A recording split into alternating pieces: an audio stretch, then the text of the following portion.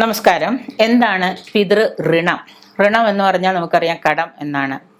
നമ്മുടെ പൂർവികരോട് നമുക്ക് കടപ്പാടുകൾ തീർക്കാനായിട്ടാണ് നമ്മൾ സന്തതികളെ ഉൽപ്പാദിപ്പിക്കുന്നത്.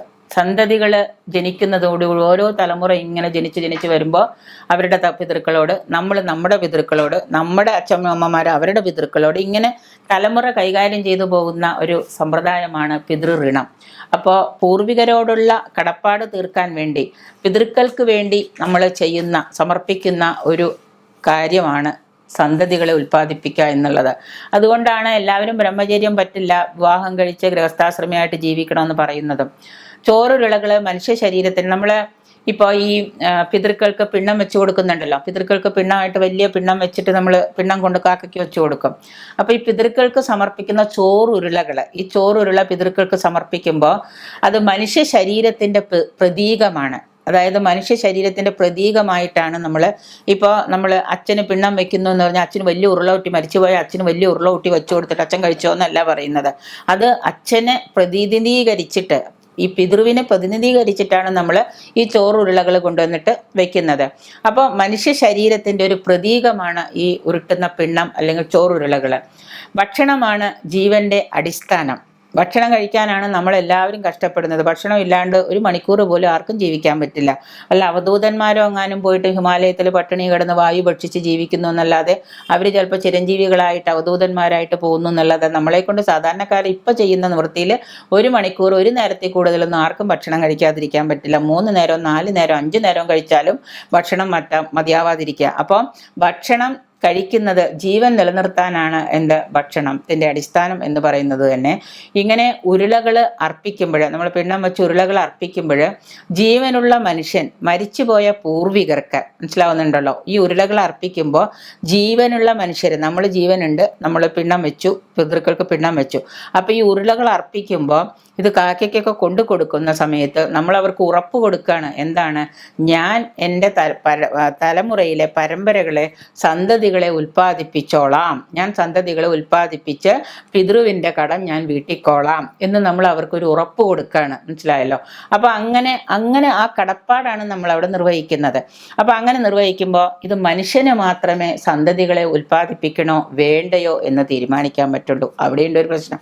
ഇപ്പോൾ ഒരാൾ വിചാരിക്കുകയാണ് കല്യാണം കഴിക്കണ്ടെന്ന് വിചാരിച്ചാൽ ഓക്കെ, കഴിച്ചില്ല, ഇനി കല്യാണം കഴിച്ചു വിചാരിക്കുകയാണ് എനിക്ക് ചിലവർക്ക് പിന്നെ സന്തതികൾ ഉണ്ടാവില്ല, അത് എന്തോ വൈപരീതം എന്ന് പറയാം. ചിലത് വിചാരിക്കുകയാണ് എനിക്ക് കുട്ടികൾ വേണ്ട എന്ന്. അങ്ങനെ ചിന്തിച്ചു കഴിഞ്ഞാൽ എന്താണ്? സന്തതികൾ വേണോ വേണ്ടയോ എന്ന് തീരുമാനം എടുക്കാനുള്ള ചുമതലയുള്ള ഒരേ ഒരു ജീവി മനുഷ്യനാണ്. ആ മൃഗം മനുഷ്യൻ തന്നെയാണ്. അപ്പം അതുകൊണ്ട് അങ്ങനെ ഒരു വേണോ വേണ്ടോ എന്ന് സ്വയം തീരുമാനിക്കാനുള്ള കഴിവ് ഉള്ള ഒരാൾ, ഇപ്പോൾ നമ്മുടെ നാട്ടിലൊക്കെ കാണുന്ന നായ അല്ലെങ്കിൽ മൃഗങ്ങൾ, പശു, ആട്, ഇവരൊക്കെ ആ സമയമാകുമ്പോൾ സന്തതികളെ തനിയെ ഉൽപ്പാദിപ്പിക്കും. അവരവരുടെ പ്രോസസ്സ് അനുസരിച്ച് നടക്കും. പക്ഷെ മനുഷ്യൻ അവിടെ ചിന്തിക്കാനും വേണമെന്ന് തീരുമാനിക്കാനുള്ള ഒരു കഴിവ് മനുഷ്യനുണ്ട്. സ്വയം എനിക്കിപ്പോൾ വേണ്ട എന്നാണ് തീരുമാനമെങ്കിൽ അവന് വേണ്ടാന്ന് തന്നെ തീരുമാനം എടുക്കാം. അപ്പോൾ മറ്റുള്ള മൃഗങ്ങളിൽ നിന്ന് പ്രകൃതിയാണ് നിശ്ചയിക്കുന്നത്. മറ്റുള്ള മൃഗങ്ങളെ നിങ്ങൾക്ക് സന്തതി വേണം, നീ ഇന്ന സമയത്ത് ഇന്നതാവണം. അപ്പോൾ പശുവിന് മതി വന്നു കഴിഞ്ഞാൽ പശുവിനെ പശുവിനെ വളർത്തുന്ന ആളുകൾ പശുവിനെ കൊണ്ടുപോയിട്ട് കാളയെടുത്തോണ്ടിട്ട് ചവിട്ടിക്കും, പശുവിന് കുഞ്ഞുണ്ടാവും, പശു പ്രസവിക്കും, പാലെടുക്കും, ഇത് ചെയ്യും. അതുപോലെ തന്നെ കന്നിമാസമായി കഴിഞ്ഞ പട്ടികൾ, ഇതൊക്കെ പ്രകൃതി നിയമമാണ്. നമ്മളാരും പട്ടിയെ പഠിപ്പിച്ചു കൊടുക്കണ്ട, പശുവിനെ പഠിപ്പിച്ചു കൊടുക്കണ്ട.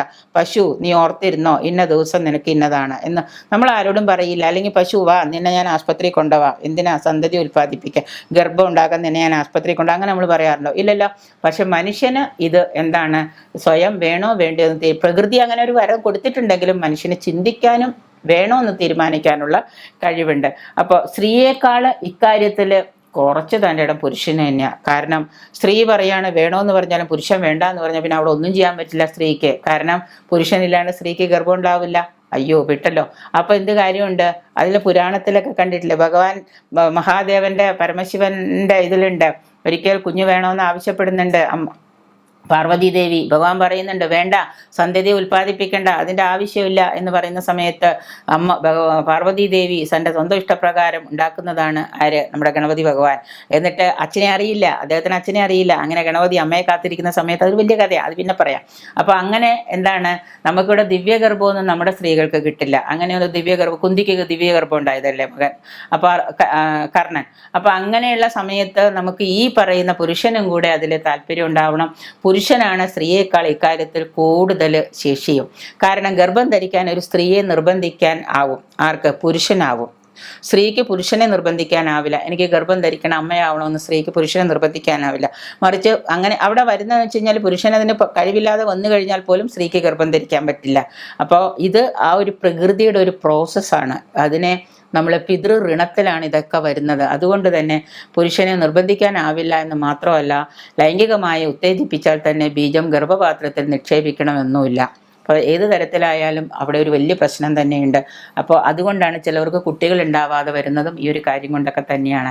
എത്രയേറെ നമ്മൾ അങ്ങനെയൊക്കെ ശ്രമിച്ചു കഴിഞ്ഞാലും ഈ പറയുന്ന പ്രോസസ്സ് അവിടെ നടക്കണമെന്നുണ്ടെങ്കിൽ പുരുഷനും കൂടെ അതിന് ശേഷിയും കഴിവുള്ളവനായിരിക്കണം. അതായത് കുഞ്ഞിനെ ജനിപ്പിക്കണമെങ്കിലോ എല്ലാ പുരുഷന്മാരെയും ഗൃഹസ്ഥരാക്കാനും അങ്ങനെ മറ്റുള്ളവരോട് സംവദിക്കാനും മനുഷ്യനെ പ്രേരിപ്പിക്കുന്നതിനും സങ്കല്പിക്കുന്നതിനും ആ സങ്കല്പം എടുക്കുന്നതിനുമാണ് പിതൃ ഋണം എന്ന് പറയുന്നത്. ആ പിതൃ ഋണം നിലനിർത്തണമെങ്കിൽ നമ്മൾ എന്താണ്? എൻ്റെ സന്തതികളെ ഞാൻ ഉൽപ്പാദിപ്പിച്ചോളാം എന്ന് പുരുഷനും കൂടെ പ്രതിജ്ഞ എടുക്കണം. അതുകൊണ്ടാണ് പുരുഷൻ ആണുങ്ങൾ ബലിയിടണം എന്ന് പറയുന്നത്. ബലിയിടാനെങ്കിലും ഒരു മക്കളുണ്ടാവണം, ഒരു മോനുണ്ടാവണം, ഒരു മോളുണ്ടാവണം. ആ മോനുണ്ടെങ്കിൽ ഇപ്പോൾ ഹിന്ദു കർമ്മത്തിലൊക്കെ മിക്കവാറും ഇതിൽ മകനാണ് ചിതയ്ക്ക് തീ കൊളുത്തുന്നതും, മൂത്ത മകനാണ്, അല്ലെങ്കിൽ മൂത്ത മകനില്ലെങ്കിൽ രണ്ടാമത്തെ ഏറ്റവും പ്രധാനപ്പെട്ട മകനാണ് പിതൃകർമ്മങ്ങളൊക്കെ നിർവഹിക്കുന്നത്. അങ്ങനെ പിതൃകർമ്മം നിർവഹിക്കുന്ന സമയത്ത് തൻ്റെ പെങ്ങന്മാരോ അല്ലെങ്കിൽ മക്കളോ പെൺമക്കളൊക്കെ അടുത്ത് കൂടെ നിന്ന് തൊട്ട് നിന്ന് അങ്ങനെയൊക്കെയാണ് ബലികർമ്മങ്ങളൊക്കെ ചെയ്യുന്നത്. അവിടെ എന്താണ് പ്രധാനമായിട്ട് പുരുഷനാണ് പ്രാധാന്യം. അവിടെ പുരുഷൻ ബലിയിട്ട് അല്ലെങ്കിൽ ഈ പിണ്ണം സങ്കല്പിക്കുന്ന സമയത്ത് നമ്മൾ അച്ഛൻ്റെ പിതൃമോക്ഷത്തിന് വേണ്ടിയിട്ട് പെൺമക്കൾ ചെയ്യുന്നുണ്ടെങ്കിൽ പോലും അവിടെ ഒരു പുരുഷൻ്റെ സാന്നിധ്യം നിർബന്ധമായിട്ടുണ്ടായിരിക്കണം എന്ന് പറയുന്നത്. അതുകൊണ്ടാണ് ഈ പിതൃ ഋണം വീട്ടാനായിട്ട് അവിടെ ഏറ്റവും കൂടുതൽ അവിടെ ആരാണ്? പുരുഷൻ ആണ് അവിടെ വേണ്ടത്. അതുകൊണ്ട് അതിനെയൊക്കെയാണ്, ആ സങ്കല്പത്തെയാണ് പിതൃ ഋണം എന്ന് നമ്മൾ പറയുന്നത്.